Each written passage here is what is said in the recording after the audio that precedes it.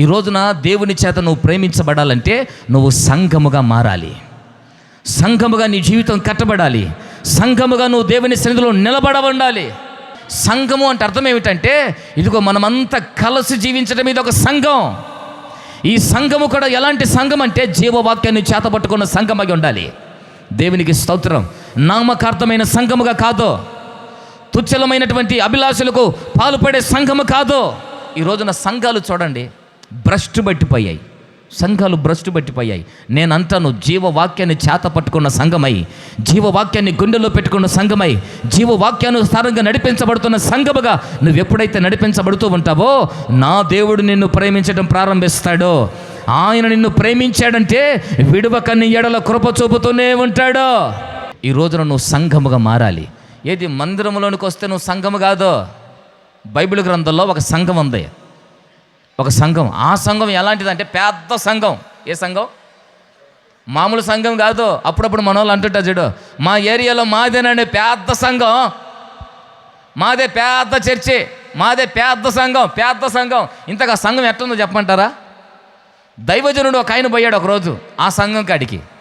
ఆడికి పోతే ఆ సంఘములో ఉన్న చాలామంది ఎట్లున్నారు తెలుసా? ఒకళ్ళు ఏడుంటే ఒకళ్ళు ఆడుంటారు. అరణ్యంలోనే ఉంది ఆ సంఘం కూడా. అది కూడా ఎక్కడో తెలుసా? ఒక లోయలో ఉంది. ఆ సంఘం ఏం పేరంటే ఎండిపోయిన సంఘం. ఏ సంఘం అది? ఎండిపోయిన ఎముకల లోయ సంఘం అది. అక్కడ చాలామంది ఉన్నారు, కానీ ఒకళ్ళకు ఏమాత్రం పొంతు లేదు, ఒకరికి ఏమాత్రం ప్రేమ లేదు, ఒకరికి ఏమాత్రం ఐక్యత లేదు. మేము పలానా కులస్తులమండి, అందుకే మేము మీ పక్కన కూర్చోం. ఇంకేడ కూర్చుంటాం? మా కులపోల పక్కనే కూర్చుంటా. అలాంటి సంఘం అది. యెహెజ్కేలు గ్రంథం 37వ అధ్యాయం 2వ వాక్యం చదువుకోండి. అవి ఎలాంటి అంట? ఎండిపోయిన ఎముకలు. ఈ రోజున భూమి మీద చాలా సంఘాలు ఉన్నాయి. సంఘాలని పిలువబడుతున్న సంఘాలు ఎన్నో ఉన్నాయి, కానీ ఆ సంఘములో ఏమీ లేదంటే జీవము లేదు, జీవవాక్యము లేదు. ఎలా ఉన్నాయి అంటే ఎండిపోయినాయి. ఒకరికొకరికి ఏమాత్రం పొంతు కుదరటంలా. అసలు ఇక ఒకరిని గిన బొగినామంటే ఇంకొకరు ఒక గ్రూప్ తయారైపోతుంది. ఆ పక్క ఒకరిని గిన సేవకుడిగిన నిలవబెట్టాడంటే ఇంకొక గ్రూప్ ఏం చేస్తుందంటే, మీకు తెలిసే ఉంటాయి ఈ మాటలన్నీ, కొత్త విషయాలు ఏం కాదు. కొంచెం ఆలోచించేయండి. సంఘం అంటే అర్థం ఏమిటంటే కలిసిపోవాలి. ఏం చేయాలి? కలిసిపోవాలి. ఈరోజు నిజంగా నీ గుండెల మీద ధైర్యంగా ఉంటే, నీ గుండెల మీద చెయ్యేసుకొని చెప్పగలుగుతావా? నీ సంఘములోనికి వచ్చి కుల అనే భేదము నా మనసులో లేకుండా అందరితో నేను కలిసిపోతాననే మనసు నీకుందా? ఇది సంఘం. ఈ సంఘము కొరకు నా యేసయ్య ప్రాణం పెట్టాడు. ఈ సంఘము కొరకు నా యేసయ్య సమస్తాన్ని త్యజించేశాడు. ఈ సంఘము కొరకు నా ప్రభు ధారాళంగా సమస్తాన్ని అర్పించుకున్నాడు. ఇది యేసు ప్రాణం పెట్టి కొనబడిన సంఘం. ఇది ఈ సంఘములో కులభేదాలు ఉండవు. ఈ సంఘములో ధనం ఇచ్చిన వాళ్ళు ఒక లెక్క, ధనములు ఇవ్వనులు మరొక లెక్క ఉండదు. కావాలంటే ఆలోచించేయండి. ఏ రోజైనా ఈ సంఘములో ఇదిగో వీళ్ళిలా అని ఏ రోజైనా భేదం చూపించినట్లుగా నాలో ఉందా? మీకెప్పుడో చెప్పా, నేను మీ నుంచి కాదు, మొదట నా దగ్గర నుంచే మీ యొద్దకు రావాలి. ఆలోచించేయండి. ఈరోజు మీ గుండెల్లో ఉన్న కుల ఫీలింగ్లని యేసు నామములో కొట్టివేయబడును గాక. ఆమేన్. ఆలోచించేయండి. ఈ గేటు దాటి యువతలకు వచ్చిన మనమంతా యేసు రక్తములో కడగబడిన ఒకే కులం. ఏమిటి? మందంతా ఒకే కులం. ఇక్కడ భేదాలు లేవు. ఒకవేళ నీ గుండెల్లో ఇది వాళ్ళు కదా అనిగిన మనసు ఉందంటే నువ్వు ఇంకా సంఘముగా మారలేదని గుర్తుపెట్టుకో. ఏమిటి? నువ్వు ఇంకా సంఘం మారలే. కాకపోతే ఇదిగో వస్తున్నావు, కూర్చుంటున్నావు, అల్లేలు అంటున్నావు, పోతా ఉన్నావు. అందుకే నీ జీవితంలో ఏ కార్యాలు జరగట్లేదు. నీ గుండెల్లో రాసి పెట్టుకో. సంఘములోనికి వచ్చిన తర్వాత నువ్వేమని భావించాలో తెలుసా? నీ ఇరుగు పొరుగు వారందరూ నా తమ్ముళ్ళు, నా స్నేహితులు, నా అక్క చెల్లెళ్ళు అనుకోవాలి. ఏమిటి? నా వాళ్ళు అనే మనసు నీకుందా? సంఘముగా నువ్వు మారాలి. ఏదో నలుగురితో పాటు మందిరంలో కూర్చొని వెళ్ళిపోతున్నాను కదా, నేను కూడా అపోస్తలుల కృపా మందిరంలో ఒక సంఘం అనుకోబాకో. నువ్వు సంఘముగా ఎప్పుడు అవుతావంటే నీ ఇరుగు పొరుగు వారితో నీ ఆలోచనలు కలవాలి, నీ మనస్సు కలవాలి. నువ్వు ఇరుగు పొరుగు వారి కొరకు ప్రార్థన చేసే ఆ హృదయం నీకు రావాలి, ఐక్యత. దాన్ని ఏమంటే సంఘం అయితే ఏం చేస్తుంది తెలుసా? ప్రార్థన చేస్తుంది. సంఘం అయితే నీ ఇరుగు పొరుగు వారి క్షేమం కోరుకుంటుంది. సంఘం అయితే నీ తోటి వారిని ప్రేమిస్తుంది. సంఘం అయితే నీ తోటివాడు కొంచెం ఇబ్బందుల్లో ఉంటే అతని కొరకు ప్రార్థన చేస్తుంది. సంఘం అయితే, అర్థమైందా? సంఘం అయితే ఆడు సావా నిజామనిలే అందో. మనం సంఘముగా ఈ స్థలానికి వచ్చాం. ఈ స్థలంలో ఉన్న మనము ఒకవేళ మన శరీరాలు వేరవచ్చు, మన వంశాలు వేరవచ్చు, మన ప్రాంతాలు వేరవచ్చు, కానీ ఇక్కడ మన మనసులన్నీ ఒకే సంఘం అవ్వాలి. దేవునికి స్తోత్రం, హల్లెలూయా. ఈ సంఘములో ఎవరికైనా ఏదైనా జరిగితే నీ మనసులో ఎలా ఉంది? బాగా జరిగింది అనుకుంటావా, లేకపోతే వాళ్ళ కొరకు ప్రార్థన చేస్తావా? ఇప్పుడు మన సంఘంలో చాలామంది ఇబ్బందుల్లో ఉన్నారు. ఆ ఇబ్బందుల్లో నుంచి వారు విడిపించబడాలని నీ వ్యక్తిగతంగా నీ ఇంట్లో వారి కొరకు నువ్వు ఏ రోజైనా ప్రార్థన చేసావా?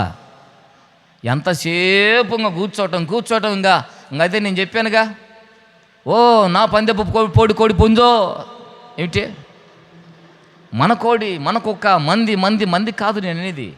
నీ ఎదుటివాడి క్షేమం నువ్వు కోరాలి సంఘం అయితే. హల్లెలూయా.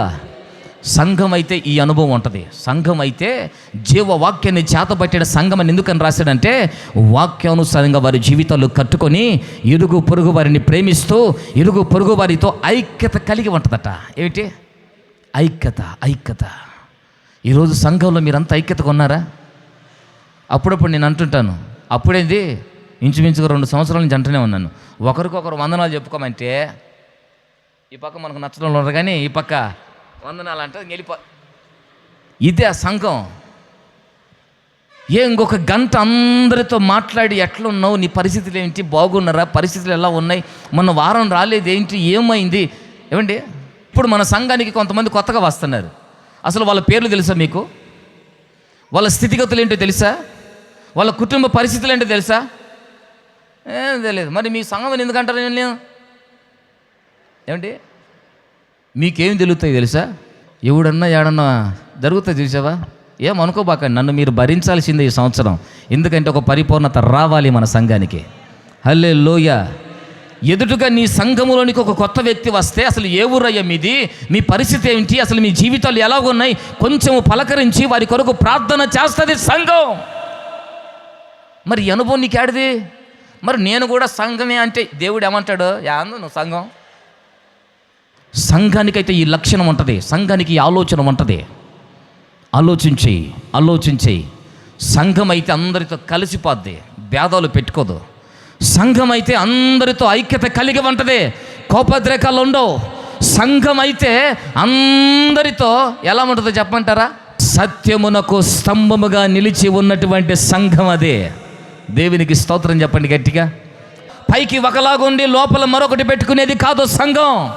సంఘం అంటే 4 రేసుకులు వేసుకొని 4 స్తంభాలు వేసుకుంది కాదు సంఘం అంటే. సంఘం అంటే మనమే.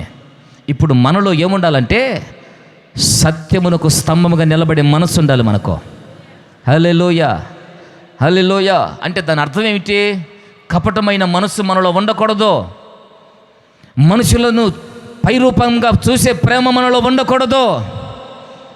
నువ్వు దేవుని సన్నిధిలో సత్యాన్ని ప్రకటిస్తూ, సత్యాన్ని మాట్లాడుతూ, సత్యముగా నీ తోటి ఇరుగు పొరుగు వారితో జీవించే మనసు నీకు ఉండాలి. ఈ మనసు నీకు ఉండాలట. ఈ మనసు నీకు ఉండాలి. అప్పుడే దాన్ని ఏమంటారంటే సంఘం అంటారు. మీరు సంఘం అయితే మరి చాలామంది రాలేదు కదా మందిరానికి, కొంతమంది వచ్చి ఆగిపోయారు. మరి వాళ్ళ పరిస్థితి ఆలోచించవా? లోయలు కూడా చాలా ఉన్నాయి. ఒక ఎముకకు అసలు గెట్టట్లా. అది ఆడో ఉంటే ఇది ఇంకో చోట ఉంది. అది ఒకటి వెళ్ళిపోతే దాని సాగు దాని వదిలిపెట్టేసింది.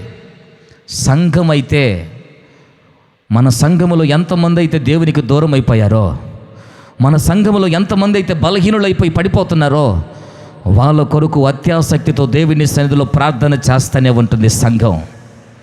దేవునికి స్తోత్రం. ప్రార్థన చేసి ఏం చేస్తుంది తెలుసా? దేవుని కొరకు ఒక సైన్యముగా మరలా ఆయన సన్నిధిలో నిలబెడుతుంది సంఘం. నువ్వు సంఘమేనా? దేవుడు నిన్ను ప్రేమించాలంటే సంఘములోనికి వస్తే కుదరదు. సంఘములో ఉన్న ప్రతి ఒక్కరితో నీ మనసు కలవాలి. సంఘములో ఉన్న ప్రతి కుటుంబం కొరకు నువ్వు ప్రార్థన చెయ్యాలి. ఎవడెట్టనో పోని నేను మాత్రం రావాలి, పాస్టర్ గారి చేత దబాని ప్రార్థన చేపించుకొని వెళ్ళిపోవాలి అంతే. ఇలా ఉంటే నువ్వు సంఘం ఎట్లవుతావు? రేపు యేసయ్య రాకడలో నువ్వు ఎలా ఎత్తబడతావు? నా దేవుని చేత ఎలా నువ్వు ప్రేమించబడి ఎలాగ నువ్వు దీవించబడతావు ఆలోచించి. నేనేమంటానంటే, నేను తిన్నాను పడుకొని నిద్రపోయినానన్న మాత్రం ఉండకుండా మా సంఘంలో చాలామంది కుటుంబాలు ఉన్నాయి.